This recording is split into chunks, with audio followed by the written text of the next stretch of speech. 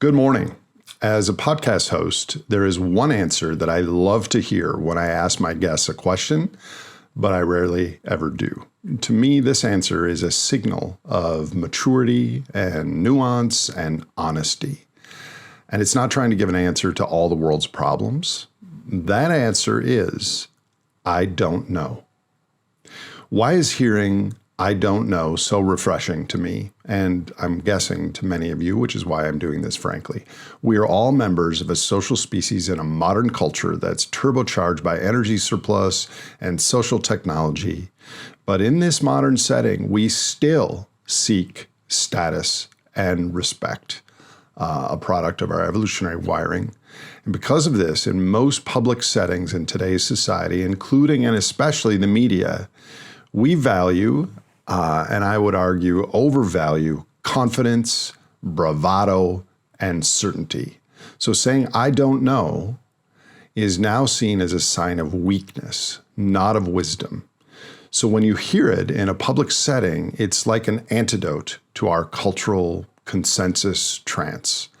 And I'm beginning to think that the reluctance to express I don't know, or its equivalent, out loud, is a fatal flaw in our culture as we begin to discuss our vastly complex and risky and rapidly approaching future. And so today I'd like to unpack this a bit.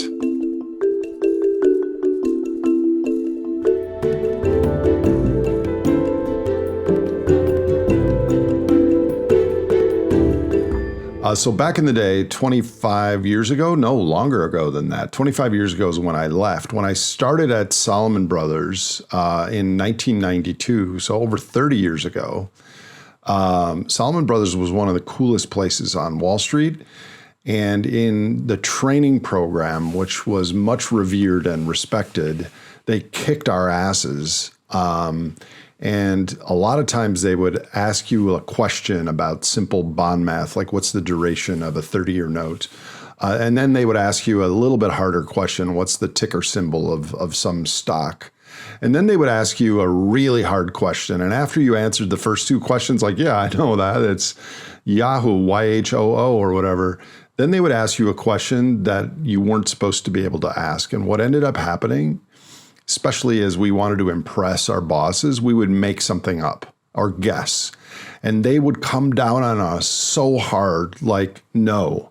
What you were supposed to say as eventual salespeople who would be talking to billionaires and institutional managers is, I don't know, but I will find out and get back to you. So that concept was drilled into me in my early 20s.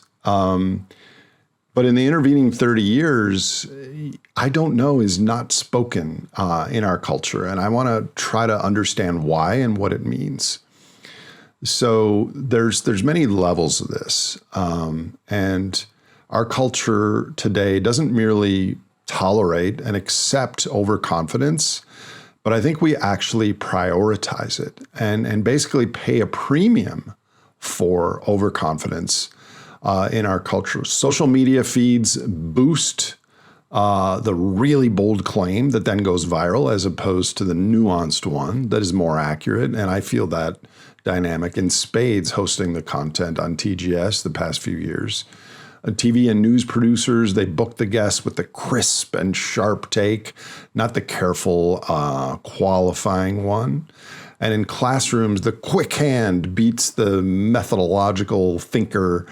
And I know this because even in third grade, I had the fast hand. In boardrooms, in C-suites, it's the fast, confident answer ranks a lot higher than the humble hypothesis. So our modern status economy runs on conviction, and nuance and caution slow us down. And there are at least three intertwining reasons why confidence and lack of humility rise to the top in our current culture. First, at the physiological level, within an individual, uncertainty itself feels bad because uncertainty is more than just an abstract concept. It's actually a bodily state within us. Human brains are prediction engines, always guessing what's going to come next and then checking that guess against the reality in front of us. And when the world becomes more chaotic, these prediction errors spike and kick in our sympathetic nervous system, aka our alarm network. And so when our stressed system releases cortisol and things happen like a tight chest or a fluttery stomach and increased heart rate, these inform our gut that something is off here, even before we can explain why. And furthermore, being uncertain, by definition, occurs when we build multiple mental possibilities and hold them all at once. And doing this requires more energy in the form of glucose. But when we're now running parallel mental scenarios and models, inhibiting quick answers and context flip-flopping, our bodies don't like all this energy use and inefficiency. And as this stress increases, our bodies push us to pick some story, sometimes to pick any story, to shut the alarms off. So evolution wired us as this way. On the plains of Tanzania back in the day, it was safer to assume that the rustle in the bushes was a lion than it was to assume it's the wind, because it was better a false alarm than a fatal pause, or maybe fatal clause. Clauses and clause. And now, today, a modern society reinforces this. Groups reward decisive signals over caveats. So I don't know can professionally feel like a status risk. You put that all together, and at the level of the individual human physiology, uncertainty feels both uncomfortable and potentially costly. So it's no wonder that fantasy and doom often become our defaults rather than sitting with the unknown, open to learning. Okay, that's the first level. So building on that, at a higher level, beliefs, once they're formed, develop antibodies to change. And we all carry what's been referred to as an ideological immune system, which is once a worldview works for us, we defend it. And importantly, especially the smart, well-read among us who get better at arguing their own side rather than testing it. And there's lots of modern research to back this up on highly charged and divisive topics. Smart people aren't necessarily right more of the time, but they are better at rationalizing their own positions. This is called motivated reasoning, and it's very effective at preserving our personal blind spots. Then a layer above that, there are the cultural-wide human cognitive phenomenon like authority bias. Authority bias and many other related biases is our built-in tendency to trust and comply with confident signals of what's perceived to be high cultural status, titles and uniforms and expert credentials over any actual evidence to the contrary. It shows up over and over. Famously in the Milgram studies, ordinary people kept delivering what they thought were painful and nearly fatal shocks because some guy in a lab coat told them, please continue. There was another classic hospital field study where 95% of nurses prepared an excessive, unauthorized medical dose based solely on a stranger's phone order claiming to be a doctor, even though the rules forbade this. There's many other studies have shown that humans are more likely to obey requests from persons in authority or perceived authority. This all doesn't seem surprising, but it does help explain why a lot of us tend to go on autopilot at times when we probably most need to be thinking critically. And these examples are all from different settings, but they show the same pattern. Signals of authority lower our skepticism, and they raise our compliance. And this also partially explains why misinformation in today's world works so well. Throw some money at a confident spokesperson and you distill some non-science-based message, good for your business or whatever. This is a high leverage return proposition. So lastly, we can see why in our culture, people in authority rarely say, I don't know, because if they did, they'd be replaced by some other leader, some other person who's more perceived to know what they're doing. So basically, confident guesses rise to the top. And almost as if by compulsion from what I refer to as the global economic superorganism, we have learned to speak past uncertainty and to round off any error bars, and ultimately, culture-wide, and this is a global phenomenon, to confidently act first and check later. And these incentives shape the outcomes we see around us. Projects start with rosy baselines and then end up with invariably with cost overruns. Politicians will campaign on certain guarantees and then walk them back when they're elected and actually have to govern.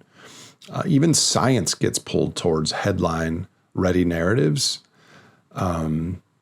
Even in choosing guests for this show, I lean towards the articulate, confident, charismatic spokesperson for topics over the best scientist. So overconfidence in our culture is rewarded at the front end and punished, if at all, only in hindsight, which means the person who benefits is rarely the person or culture who pays. The public and the environment pay in trust, in money, in time, and obviously to those following this show, in ecosystem stability. What about AI? Well, AI adds an interesting wrinkle here. AI also rewards confident responses, turbocharging what is already a human tendency, naturally, because humans created AI. So in competitions, large language models are trained on what wins, not on what's true. So you've heard of the concept of hallucinations. This is when a large language model, confidently generates an answer that isn't true. ChatGPT 5 main software hallucinates around 10% of the time with internet access and about half of the time without the internet. So why do chatbots make stuff up? It's because they were trained to answer, not to pass. It's a fundamental logic difference. So if you think of a quiz show where guesses get points, but saying I don't know gets you nothing, and you play that a million times, over time, such a system with lots of iterations, that system would learn to speak smoothly and confidently, even when it's unsure. In a recent paper, OpenAI, who makes ChatGPT, even stopped referring to hallucinations as bugs and referred to them as statistical destiny. So you combine humans and AI and you get even more overconfidence and less humility. There was a new Stanford paper that just coined the term Moloch's bargain for what happens when large language models start competing for attention, sales, or votes. And the results were striking, though perhaps if you followed this far, not unsurprising. Every gain in the model performance came with a bigger loss in honesty. In effect, more deceptive marketing, more disinformation in political campaigns, and more fake and harmful social media posts. And as an aside, and not one I enjoy thinking or talking about, I worry a lot about the merger of AI with military capacity. I've been informed by people who are in a position to know that we've actually avoided perhaps a dozen or even more potential nuclear wars in the last 50 years, and mostly because at the time a single human was unsure. And they chose to, something's not right here, let's wait for more information.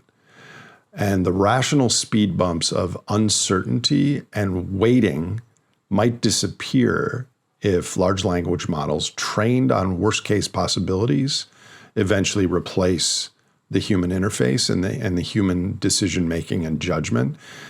This is one of the few things that wakes me up at night.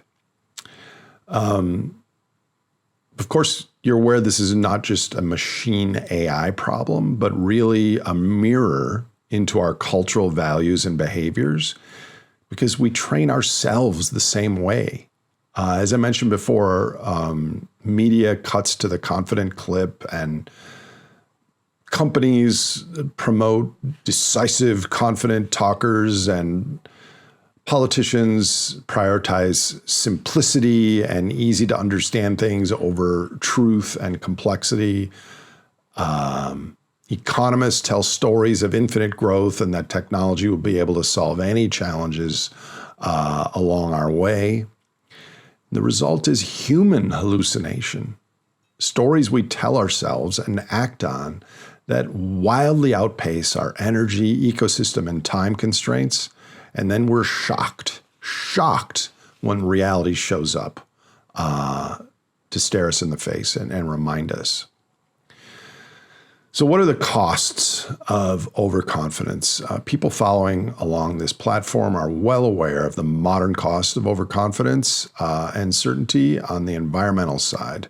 But beyond the ecological impacts that we're learning more and more about, think of examples like the Challenger space shuttle launch. So managers waved off the engineers' caveats about the O-rings and low temps, and it resulted in 7 lives lost. I watched that live, by the way, at Cronsidge Hall at University of Wisconsin when I was at college. Strange how the amygdala has these little emotional memories during the lifespan of a human brain. What else? The housing bubble, ratings and models said this is safe. Leverage and optimism said let's party. And that all again resulted in another global crisis. The Deepwater Horizon, shortcuts looked efficient until they weren't. Governments do this all the time. Big projects are sold as on time and on budget and important, and they morph into years of overruns and then bailouts. So it was the optimistic baseline that was the mistake from the beginning. This is a repeating pattern in our culture. Certainty beats caution, and the costs come later. And the costs come later. And the costs come later might actually currently be a good mnemonic tagline for Homo sapiens sapiens. And we're starting to see the costs that are coming later. So what do we do with this? I almost said I don't know, but I have some directional ideas. One could argue that overconfidence and lack of humility and caution is one of the core underlying drivers of the maximum power principle, which itself is underpinning global human ecological overshoot and the impending great simplification, which I suppose is itself maybe its own frankly in the future. But we have a trump card, which is self-introspection, learning, and the fast pace of culture change. So injecting "I don't know" as a culturally accepted phrase could be impactful, in my opinion. I don't know shifts the dynamic back to curiosity and the possibility for change. It re-engages our prefrontal cortex, it widens our time horizons, and it makes cooperation with others easier because we're no longer defending an identity whose scaffolding was certainty.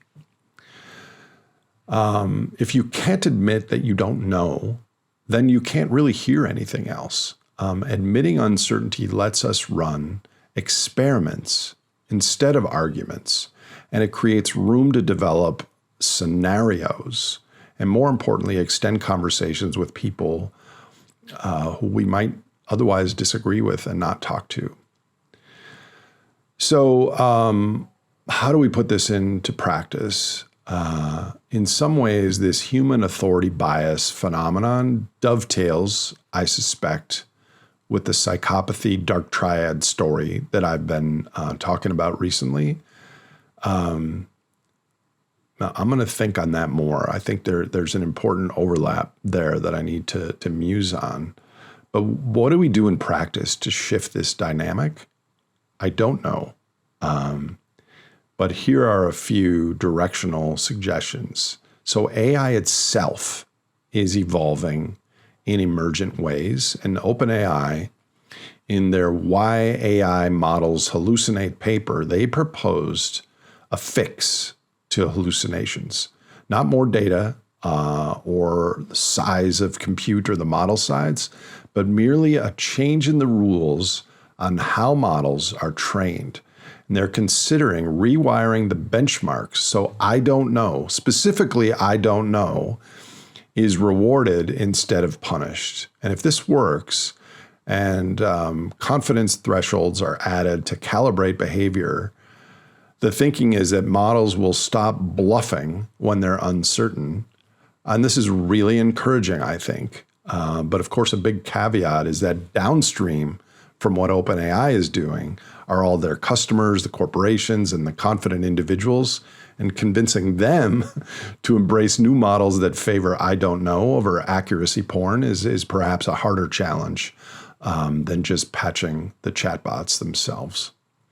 But what they're suggesting is to change the scoring so humility wins, or at least has more equal footing, in effect to penalize confidently spoken errors more than they penalize uncertainty, and also to give partial credit for appropriate expressions of uncertainty. So OpenAI is doing this in training their next versions of AI. What if our society did this? So what else? What about us as individuals? Again, these are somewhat confident guesses on my part. I'm into the, I don't want to highlight a problem and then just say goodbye. So I'm putting some things I'm uncertain about that might directionally apply to the viewers. So maybe pay attention to yourself and notice when you're giving an answer that you don't fully understand or know to be true, and recognize this and call it out to your version of little Nate sitting on your shoulder. Of course, it would be little Kathleen or little Joe or little Feng Li or whoever is watching this, and then fact check it. Get in tune with your gut feeling. And you might find by listening more and more to the little part of you that says something is off with this guy, something is off with this story, something is off with what I just heard. It may become more and more accurate and sensitive to when others are trying to sell you something that's only half-baked. Actively, consciously calibrate, put probabilities on your own claims. I think this is going to 60% happen this week, 30% next week, 10% the week after, or something like that. And then score yourself when reality arrives. I think this could be super helpful, but of course, this gets into the collective action problem. If you're the only one or one of the only ones that are doing that, then it might not be that helpful. If a lot of people do this, I think it would be helpful. And then the concept of red teams. Make dissent and uncertainty a formal role in your work as opposed to a risk. And then rotate whoever's tasked with being the skeptic, rotate that role and thank these people publicly for playing that role on your team, whether that's at your community board meeting or at your organization or even your family. If it works for machines, rewarding honest uncertainty, why couldn't it work for us? So in conclusion, today, in a society that is assailed from all angles with social and environmental problems and too much information, in addition to gambling, pornography, and shopping, and new AI videos of some Sasquatch-looking creature selling a new tech gadget, and All of this is available 24/7 on the internet to increasingly overly full minds. We are moving further and further away from the cultural ability to express, I don't know. Because such an answer in today's world implies weakness rather than wisdom. And someone on TV, someone testifying to Congress, or someone publicly asked for answers to our financial, ecological problems, replying, I don't know, but I can find out and get back to you, in our culture, would quickly be replaced by someone with a pithy, witty, or confident answer. And with all three, they'll be branded an expert and invited back. So yes, modern human culture rewards overconfidence and over-rewards overconfidence. What's the answer? I don't know. But I suspect if we're able to change how we keep score, at home, at work, in media, in decisions about the future, so that truthfulness and humility get equal time as performance and posturing, I expect our systems would naturally get smarter and kinder. So what if those three magic words aren't the end of the sentence, but the start of learning? Thank you. Talk to you next week.